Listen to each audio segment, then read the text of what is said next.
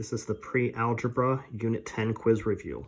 For the first two exercises, you're just going to use substitution for the slope-intercept form, which is this, the y is equal to mx plus b. And you're just going to substitute these values in. So when x is 0, you plug that in. 2 times 0 is, of course, 0, minus 4. You get negative 4, so your first coordinate is 0, negative 4. You repeat the process for 1, 2, and 3, and you can see what happens here. Plug in 1, you get 2 minus 4. Plug in 2, you get 4 minus 4. Plug in 3, you get 6 minus 4. So here are your answers, and then they become your coordinates. Again, you're just taking the number here and the number here, putting it in parentheses with a comma between them. So that becomes your coordinate pair. Then, using your coordinate pair, you of course go over to your coordinate plane and plot them.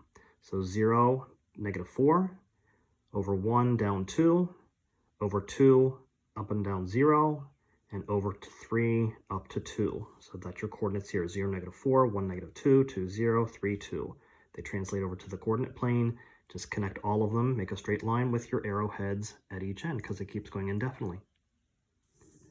Similarly, for number 2, again, don't worry about this is not in the right form. It should be y is equal to mx plus b, but that's okay. You're just using substitution. You should just be careful with the substitution step. Negative 1 times negative 3 is plus 3. So 2 plus 3 is 5. So you get negative 1, 5. Plug in 0. Of course, that becomes 0. 2 minus 0 is 2. Plug in 1. That stays negative 3. So 2 minus 3 is negative 1. And plug in a 2. That becomes, of course, a 6. So 2 minus 6 is negative 4. So your points are negative 1, 5, 0, 2, 1, negative 1, and 2, negative 4. Taking your coordinates over again to your coordinate plane.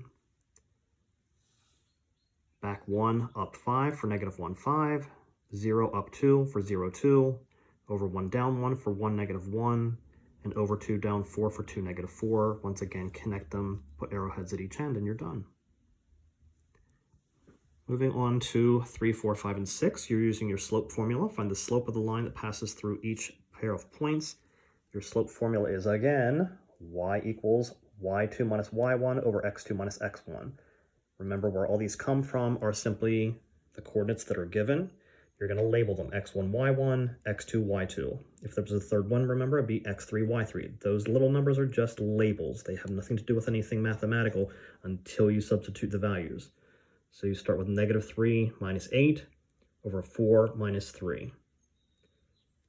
That, of course, gives you negative 11, or negative 11 over 1. You can keep this answer. Number 4, same thing. Negative 9 minus 5, negative 3 minus 4. You get a negative over negative, which is a positive 2, or you could also have 2 over 1. Number 5, 5 minus 2. Over 0 plus 1. Remember, if you're subtracting a negative, it becomes positive. So that becomes 0 plus 1. Answer is 3 over 1, or just 3. Number 6, negative 4 minus 2, 6 minus 6. That's a red flag right there. 6 minus 6 is 0. You cannot have a 0 in the bottom of your fraction, so that is an undefined slope. Moving on to page 2. It says graph each set of points and find the slope. So easy to graph them. Just go right to your graph. Negative 1, negative 3, back 1, down 3, 2, 1, over 2, up 1, connect them. You're done with the graphing part. And then you go to your slope. So 1 plus 3. Again, remember, if you're subtracting a negative, it becomes a positive. So 1 plus 3 and 2 plus 1 gives you 4/3 of your slope. And if you check that, to start at your first point, you go 1, 2, 3, 4, up 4. 1, 2, 3 over 3. So there's your 4, 3, up 4 over 3. That helps you get from one point to the next. Number 8, plot your points. You got a straight horizontal line. So that should tell you something about the math. When you work out the slope, it should be a 0 on the top. So 4 minus 4, right there it is. There's your 0. You really don't even have to bother with the denominator, but you want to write it down anyway, of course. So 0 slope is a horizontal line. And a horizontal line is 0. Number 9, plot your points. Here's what happens. It's going to be a downhill slope. So negative 3 minus 5 and 4 plus 1. Again, subtracting a negative is a positive. So you get negative 8 over 5, negative 8/5. Means you go down 8 and over 5 to get from one point to the next. Moving on to numbers 10, 11, and 12, you're simply putting them in the right format. You're using y equals mx plus b. That's your m, that's your b, just drop them right in. So y equals 4x plus 5. Just simple substitution, and you don't have to do anything past that point. Number 11, y equals 1/3 x minus 4. And again, let's focus on the signs here. That's a plus, but if you're dropping a negative into it, it's going to be a negative or a minus. Plus, negative, or minus, same thing, this exact same thing. Number 12, negative 6x minus 2. Just drop them right in and write the equation. Numbers 13 through 16, it says state the slope and y-intercept. So you're going the opposite direction. You're just taking the information out instead of putting it in. Slope 2, y-intercept 4. Slope 2/3, y-intercept -5.